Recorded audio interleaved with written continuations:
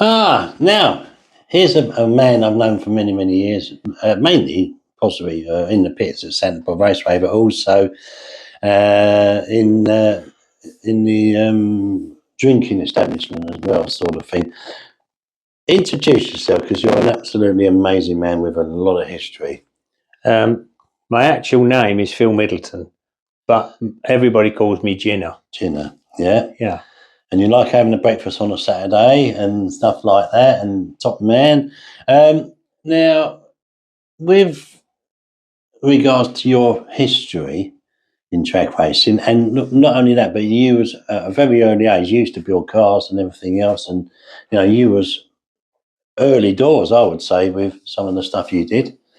Yeah, I think I just turned 17, and after passing my driving test, there was a quite a big scene with vans.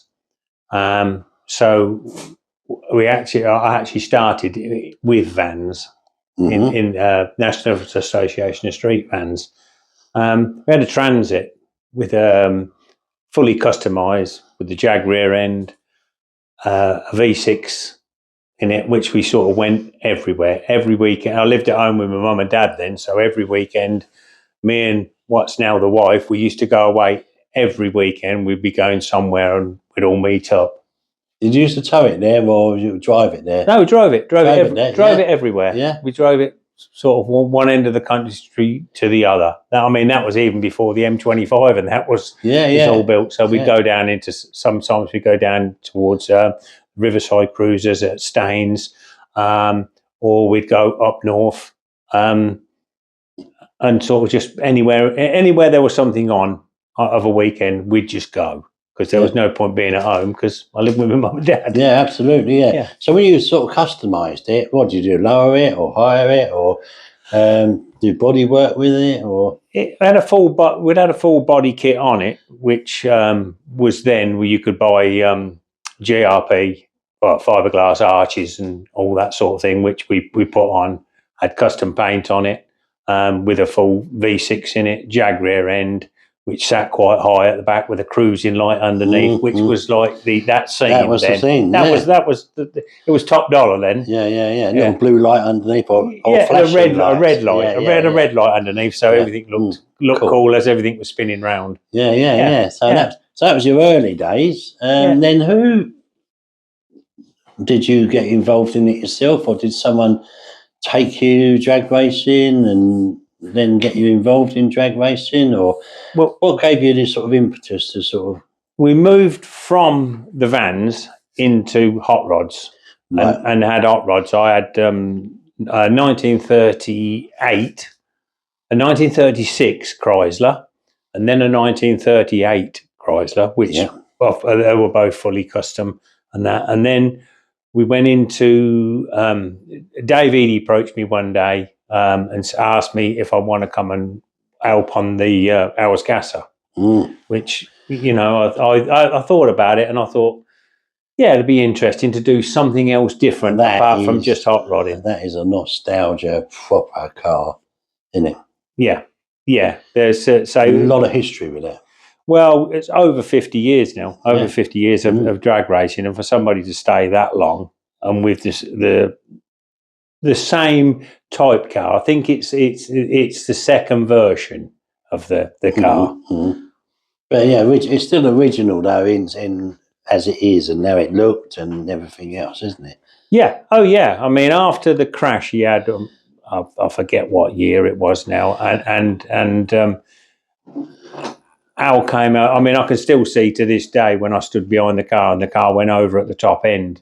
I mean, he was actually racing Tony Morris, and we see it go over. And sometimes I can actually still see that happening. And after the crash, we looked at the car. I mean, obviously Al was okay and what have you. We looked at the car, and Al told me to cut it up. And I said, I can't cut it up. It's just not feasible, I mean, it's just too much. There's too much history with the car. So that evening we went to the fuelers bar, sat in the fuelers bar, chatting and that. And I said, do you know what? I think that car, I could repair it. Yep. And he said that then we'll get it back, assess the damage. And Al still was at the point where he said, look, it's over. It's sometimes some things have got to end.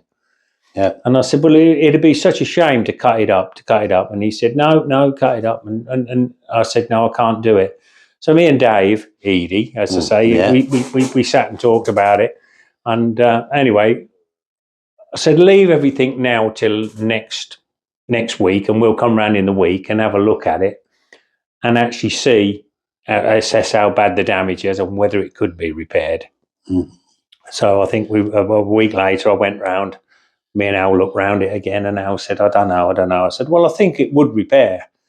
So hence they did a crowdfunding thing on the page, which, you know, everybody that put anything in from £1 to a couple of £100, you know, it was all grateful of what was received, you know, and what a fantastic thing for everybody to do, you know, from the kid in the street to the grown-ups and everybody saying, I've seen that car and put something in.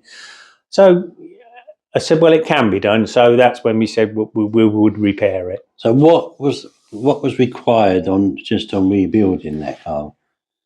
Was it a new chassis, body? I took the body off, which then I looked at it and I thought, there's not a lot to that car, because originally Bootsy built the car. Yeah.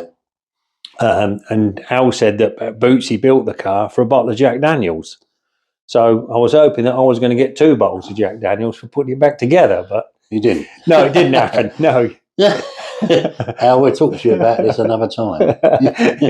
Yeah. So I then spoke to a good friend of mine, Wayne Allman, and said to him about, you know, how bad the chassis was. Would he have a look at it for me? And he said, yeah, it'd be an honour. I'd do it for him. I said, look, we have got some money in a kitty, you know, so obviously I don't want you to be out of pocket, and I'll bring the chassis up and then you can see what you think, or whether we've got to make a new chassis. But I'd sooner not. I want you to keep as much as the car as we could. So, Wayne did a fantastic job. He straightened the chassis, and probably the chassis was better then than when it was built in the first place. I mean... Yeah. And, you know, things over the years sometimes need to be changed, and obviously you don't want to see accidents or anything like that. But, you know, as the car's gone on, it's going faster, it needs adjustments, and this is all part of what you do, isn't it? Yeah, well, it was always a 990 car, super gas car. So, I mean, it wasn't built for excessive speed in today's standard. Yeah. But when it was first built, it was like state of the art. Yeah. You know, that was like a basic, one of the first 2 car chassis. But I always said to him, like, I would prefer to have put it together and him not to race it again. But he said, your car looks good enough, man. We'll just race it. Man of little words, however, I'm doing it. I will do it. Yeah, that's what. But you know, I mean, who am I to say? You know, you think. No. So we put it together. Yeah. But we had so much help from the drag racing people. You know, people said they'd give me this, they'd give me that, and I said anytime I wanted any parts, we put Dave and I put a message up or on the internet, and the parts turned up, and it was phenomenal. But I mean, it took me, I think I was working sort of roughly some weeks, about 60 hours a week on the car to get it to a stage where we could race again or use it again. But, and that was all unpaid. Yeah. Make that 4 bottles of Jack Daniels. But yeah. And what joy for you. It was. I mean, when I finished the car, I never even told Al that, well, Al spent a lot of time. He used to come over Saturdays and put his input in or bring me another pile of stuff around and say, can you put this back in the car? And sometimes I look at it and think, well, do you know what? I'll make a new bit. It would be easier and it would be far safer and better to put some of the newer stuff in and upgrade just some of the tin work and some of the other stuff back in it. So we did all that, and I think the car was finished for for just before Dragstalgia, but I entered my car and never told anybody what I was doing. Right. I put the gasser in. I never even told Al. Yeah. I put the gasser in the trailer, and I said to Al's girlfriend Lisa to come up, and we'd give him the car, but he didn't. He actually didn't know that what was going on. Yeah. So and I never told anybody. And everybody kept saying to me by Saturday lunchtime, "Gin, you haven't got your car out. You haven't got your car out. Are you racing this weekend? Are you racing?" And nobody knew. Sort of people were sort of speculating, why I weren't running the car or why I hadn't opened the trailer and whatever. And then Al turned up on the Saturday. We opened the trailer up, got the car out, finished, and I'll give the key. Well, not the key. I'll give the switch to Al and said, there's your car back. And then we came down to run the car for the first time. Didn't know where it was going to go, whether everything was set up right and what have you. And the crowd stood up and cheered. And, that was a very, very emotional thing. It's hard to explain. No, you can't. No, if you're part of that sort of scene, you would appreciate that straight away. Yeah. And I stood on the start line and I was sort of reduced to tears. I was just because I never realised what I'd done. All the time I was working on it, you'd go in there and it became an obsession. I've got to get this done. I've got to get that done. And I said, we got to think. And Dave used to turn up every Saturday. Some evenings he'd come round. We'd get everything ready and help me all the time. But it was so emotional that to get it to that thing. And I said, I never thought that I would feel like that. No. So a great deal of proud. Oh, yes, very much so. Pride for yourself with that, Yeah. Al will never, ever forgive you for that, will he? Well, he always says that he says he could never repay me for what was done. But, it weren't about payment. Al, sometimes that Al will come round and he won't say a lot. And he'll sit and chat. And another time he'll come round and he's chat. And he'll tell me about the old days and he'll tell me about some of the things they've done and some of the American tour and stuff like that. And but some of the things they've done, you wouldn't get away with now. No, absolutely. And that's how things have changed so much. But our is history. He's part of what we do here, isn't he? Well, yeah, very much so. We looked at the thing and we said we talked about some T-shirts and some stuff before he actually crashed the car. We did T-shirts to raise funds to finish the car and get the car finished. And Al said, he said that would go down quite well if somebody did some T-shirts. So I gave him sort of a bag of T-shirts and he said, well, how many you had of these? You had none. And I said, well, I don't know whether I've overstepped the mark here or something, but I think I'd have something like 1,000 shirts done. And whether or not they were going to sell, and I thought, well, other than that, I'll be wearing the shirts for the rest of my life. Yeah. And within, I think, we publicised it, and within, I think about 4 or 5 weeks, the whole lot had gone. I had to order a second batch of T-shirts, and these T-shirts went all the way around the world. Yep. Mm. I didn't expect that either. I know, but that's drag racing is all about the T-shirts, the caps, and everything else, and all part of that history has gone with that, with the T-shirts and everything else. So yeah. And so everything that was made went back into to the car. And to keep Al racing for another year, because now he's like he's in his mid-70s. Yeah, still looks good though, doesn't he? Oh yeah. Good man. So give us some of your other memories that you've come across over the years, and what's rocked your boat. And obviously, in a little while, tell us about your reason that Custom Car Magazine stopped having women on their magazine. That's quite a story, really, because after sort of following Al and what have you. And I thought, well, I've stood behind that car for so long. I had a Fordson at home. Yeah. And then I decided then that I was going to build a Pro Street Fordson. So there again, I spoke to Wayne Allman, and I mentioned to him about that, and he said, yeah, I can build you a chassis and that. So as I said, well, you know, I'm in my later parts of my years, so I need it sort of, you know, to get on and get out there, as to say. So he built me a chassis. We put a car together, then finished the car, painted the car, and whatever. Then Custom Car approached me to do a feature. Dave Biggerdite said, we're going to do it in a studio. So I said, yeah, that's fine. So myself and Terry Howells that cruised for me, we went on to this trip up to, I think it was in Leicestershire or somewhere up that way. We got the car to the studio. And Dave said, well, we're going to have a model with the car. So I said, okay, fair enough, you're going to have a model. So it turned out to be a topless model. She turned up with a little bag and things and that. I don't know what she had a bag for, if she's only going to wear her underpants. But Yeah. And that was that. It went into Custom Car, and it caused a hell of a lot of controversy and people saying that, you know, it's not acceptable now, and Ridiculous. yeah, well, that's what we. But that's what it used to be like, you know.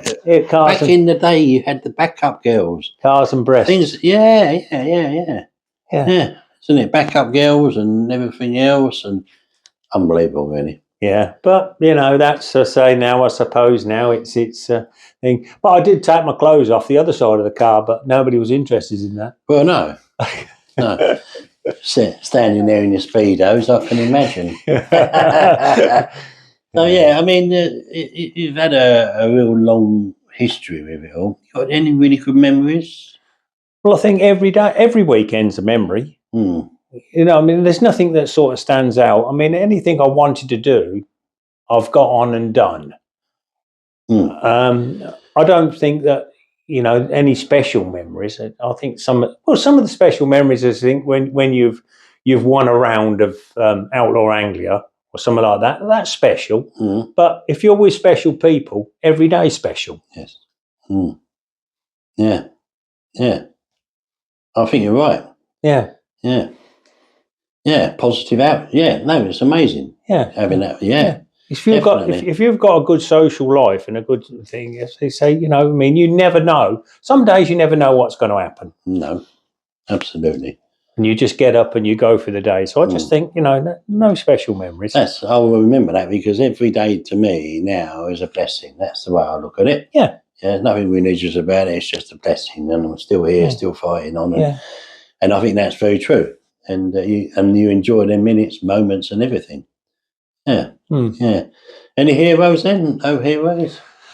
Well, I think everybody's a hero in their own rights. We've got some great people that we sort of look up to. I mean, I always look up to Al, and I think what he's done. I mean, he run the car for all them years.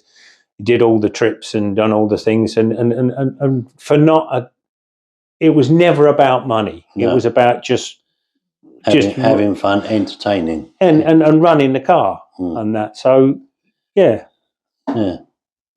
good. So, any future goals? Where are you now? What are you looking? Well, I think a bucket list. What are you looking at?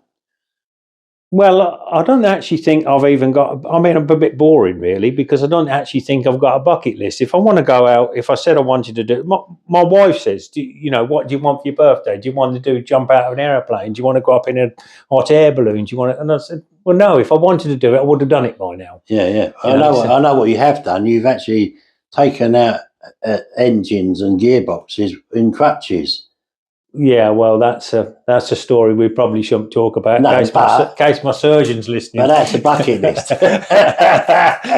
Well, it could have killed me. Yeah, so I could have needed me. But then that's the sort of thing you do. But no, it's great, isn't it? So, but no, I mean, you're an amazing man, and obviously, it's great having you here, seeing you again. Obviously, I'll see you at the track next year. But it's always a pleasure because you've always made me laugh over the years, and you've also got your sidekick, Mr. Edie. Yeah, and I've got 2 twin grandsons. One of them crews on the Undertaker, Yeah, and the other one does Disturbed photography. Oh yes, yeah. I've seen that. Yeah, which is, and they're both followed in what I've done. I haven't forced them or said to them, because your granddad does this. They came up racing. They didn't really want to crew for me because, there's a lot of stuff on the car. We just do ourselves, me and Dave and Terry. So one of them was into photography, so he's now doing photography. And then Dave said he was looking for somebody younger to help on the team because they're all in a couple of them was in their 70s and whatever. So he's now helping on the team, on that team as well. So they're following along. Yeah. So what about the photographer? I'm not sure if I've actually messaged him or not, whether he would do a podcast or whatever on his. I'm sure he would because he does some theatrical stuff and whatever. So he's never short of any words. He's worse than me. Yeah. No, okay, superb. Yeah. And and obviously, we can chat because obviously I'm going to be doing one with Steve Ashdown in the near future as well. So with that as well. So some of the crew I've done Jim Usher and all them. And, Jim's a good friend of mine, and so is Steve Ashdown. Yeah. Everybody in drag racing knows everybody, doesn't they? Yes, they're all friends, and you look up to them all in their own rights. I'm having a beer with Jim tonight. Oh, are you? Yeah, because we're camping where his caravan is. Just one. We know that. You know that. Just one or just one more? The interesting thing with that is that we have to get a taxi back to the tent from that pub where he is. Right. No, you don't. It's about 10-second walk. So why did you get a taxi then? We don't. But Jim's going to have a beer with us later on because he's there with his. We'll have a chat with him later on. Obviously, last night I was there with Tony Pierce, and then we met Lee Brown, and I'm going to be interviewing his daughter, and you know, it's funny that everybody either lives around this way or is moving up this way now. Yeah, exactly that, or going down the other way. Yeah, seaside. Yeah, but I understand that. So that's amazing. We'll have to catch up again. Yeah, definitely. Even before the season starts, we must all catch up and have a beer and a chat and everything else. That'd be really nice, I think. Yeah. Jenna, you're a top man. Thank you very much. Thank you very much. Thank you very much indeed. Yeah, lovely to have you here. Yeah. And being part of historic building and everything else, and having, the cars and that you've worked on and done and everything else, fantastic. Thank you very much for your time. You're more than welcome. All right, we'll see you soon. Thank you very much. Cheers. Thank you, mate.